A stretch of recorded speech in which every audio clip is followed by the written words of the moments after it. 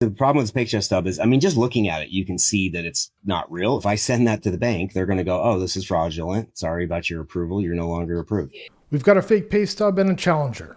The plan is to hope nobody notices. We told him he needed 1,000 down. 1,000 to 2,000. Dad's going to let him borrow it? Yeah, he's sending him the money right now. So he wants to come back. All right, well, hang on. His dad's also co-signing. Is on the challenger? Yes. Have you quoted him payments yet? No, sir. He needed money down. He didn't have any. When I said 1,000, 2,000, he ran out the door and called me about 10 minutes later. Said, I found it. It looks like we've got a couple ways to go, maybe. I'm assuming his dad's local. Do they live together? No, they do not live together. It is Frontline ready? It's ready to be delivered.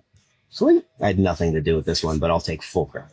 We're just getting started and it's already falling apart. No money down, at least not his. So now he's not just financing the car. He's borrowing the money to put down just to get approved.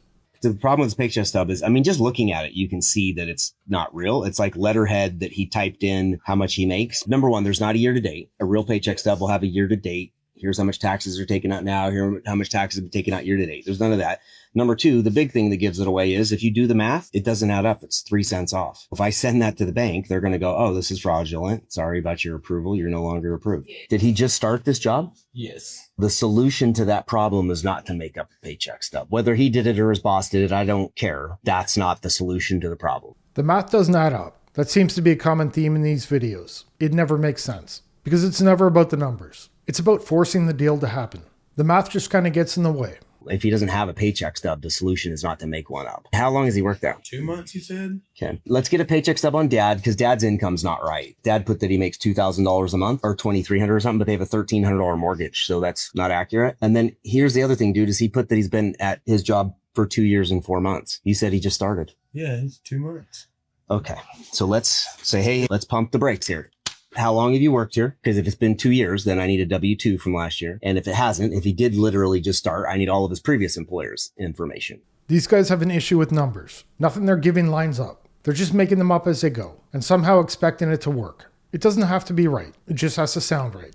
And then if he's paid 1099 or if he actually gets Paycheck Stubs, because that's not a Paycheck Stub. Okay. Our relationship didn't start off great. Yeah. I'm going to call him. He said that he's been there for 2 months and that his boss just does a transfer because they have the same bank. It's just a transfer into his account. And that if he ever needed Paycheck Stubs, he could get him one. And I think that was the Paycheck Okay, Stub. so he's only been there for 2 months. Yes. And did we get a Paycheck Stub on Dad yet? No. They said they were going to bring it up here. I asked if he could send a picture. He's like, well, we're about to be one. Oh, they're almost here already? Yeah. Okay. I was going to tell him not to come up. Moving the numbers around. Making up dates that look good on paper. Not exactly how I'd go about it. I'd want the numbers to line up. I'd want it to fit my budget. And I'd want it to make sense, not just look like it does. It is insane to me how many of our friends have these lavish vacations, will do crazy landscaping, crazy home remodels, date night every weekend, paying for a sitter, going to trendy restaurants. You can't have a nice dinner in Austin with like a couple drinks that's under $400 at like a trendy restaurant. And I'm like, where are they getting the money from?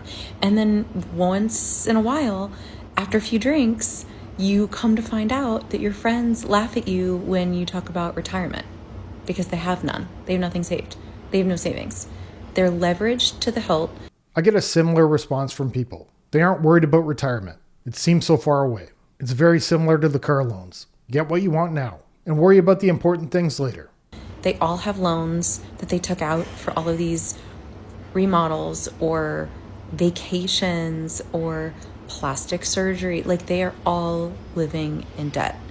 And I just, like, I don't understand, like I would die. The financial stress that I would feel every night, going to bed every night, if we had that type of debt would kill me. My husband and I both work good jobs and we work our asses off and we pack our lunches every day for work to save money. And we're frugal in a lot of other areas. So like we can indulge with travel and stuff, but we would never go into debt to do some of these things. She'll be retired and enjoying life while her friends keep working. That's not how I want to live. So I'm saving as much as I can now. So I'm not the one working when I'm 70. Telling myself I like to stay busy. Let's talk about why men typically have more money in investments and savings than women. I think if you think about what men talk about in their friend groups versus women is about stocks, what they're investing in, what long-term goals they have. What women typically talk about is what are they buying? What beauty products are they purchasing? Almost every conversation I have with guys, it's usually about money. How to make more of it, how to keep more of it. Like she said, investments, retirement, starting a business. Not what we're spending. It's what we're building. It's all short term and it's all decreasing our wealth, whereas men sit around and have conversations about things that are increasing their wealth. And I think it's something that we should consider as women as we look to become more financially educated. What are the conversations we're having to make us successful? The majority of people I know are good with the money they have, but the ones that struggle really struggle. And the one thing I notice is it's not even a conversation. There's no push to earn more or build anything. It's just whatever comes in gets used. And if there's nothing left over, no problem. I just had work done by a journeyman electrician in my house to have a hot tub installed, and I got the invoice and it had a tip option. Am I out to lunch, or is that like wildly crazy? Is that like a regular thing to have a tip for a journeyman electrician? Like what? When did tips expand past the service industry into like fully trained professionals? I didn't tip. A 20% tip, which was one of the options, by the way, would be about $500. What the I like to tip well. For haircuts, a few times I order food. I make sure it's a good one because I know they work hard. But tipping for an electrician, that's not happening. And that's probably the last time I'm calling that company. Stop using your debit card for anything. When I go out to eat with people and I'm spending time with friends and I see them use their debit card, I think, what are you doing? You should be using a credit card for every single charge. Online charges, gas station purchases, at the grocery store, everything that you buy, you should be putting it onto a credit card. If you put it on a credit card, you don't have to pay that bill for 2, 3, 4 weeks. You can leave the money sitting in your checking account. This is something I agree with. I do it myself, but not everyone can. Because when it's time to send the payment, that's where it changes. It's not the full balance, it's the minimum. And that's where everything starts to fall apart. When you use your debit card, it's directly tied to your checking account. So in the event that someone clones your card, in the event that someone gets your card information, in the event that someone steals your card, gets your debit card number, they have direct access to your bank account. This is so easy. I can't believe it's 2026 and people don't understand this. When you use a credit card, you have added protections. There's a lot of other reasons, but you have added protections. You don't have to pay that bill for quite some time. So if someone has a fraudulent charge, you don't pay that. It hasn't come out of your bank account yet. This is exactly why I use credit cards. It's happened to me multiple times, and at the worst times. Debit card stops working. Money's already out of the account, and now you're just waiting, hoping they can sort it all out. So in that time frame, the credit card company you can dispute it, and the credit card company will cover that charge. So the money's never drawn from your checking account. When you use a debit card, it's directly tied. The money's taken from your bank account immediately. There's other reasons you should use a credit card. You not only do you have added fraud protection, but you have airline bonus points, you have cashback rewards. So there's just so many reasons.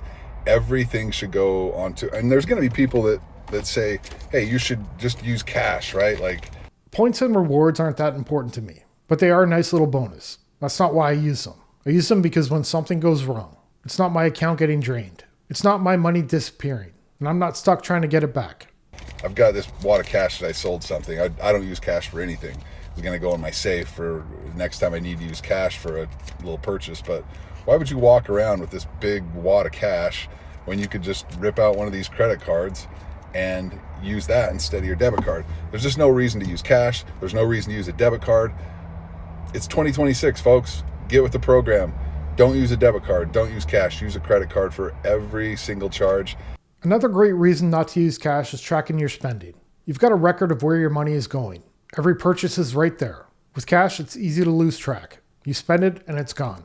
And at the end of the month, the numbers don't always line up. You guys are young. Are you wanting to build wealth? Is that exciting for you? Oh, yeah, for sure. What's your game plan to build wealth? I mean, the game plan, I don't really have an exact game plan. I like memories more than, like building money. Right now I'm young, so that's why I like traveling a lot and whatnot. But So in retirement, are you going to try to just live off of memories? No. Okay. But it's safe to say you've spent more on this trip than you have saved in retirement.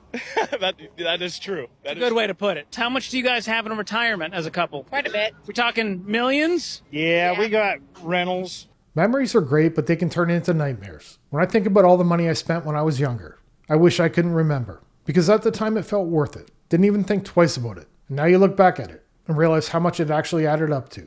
Do you know how much you guys invest per month into these retirement accounts? I max it out. So Oh, nice. So you've harnessed the power of compound growth. When did you guys start investing? Late 20s, 30s. What advice would you give for young people watching out there who are in their 20s and 30s, have not invested a dime, or feel like it's not possible in today's economy? anybody that does not want to participate and take money from an employer that's willing to give them money, they think, well, if I put $100 a month, I'm going to miss it. They will never miss that $100 a month. In 3 years, you've got $30,000 in a 401k account. It's just about not putting yourself in a bad spot later. Nothing crazy, nothing complicated. Just doing a few things right over a long enough time. Because if you don't, you already know how that ends. Still working, still trying to make it work when you should have been done. That's it for this one. See you in the next one.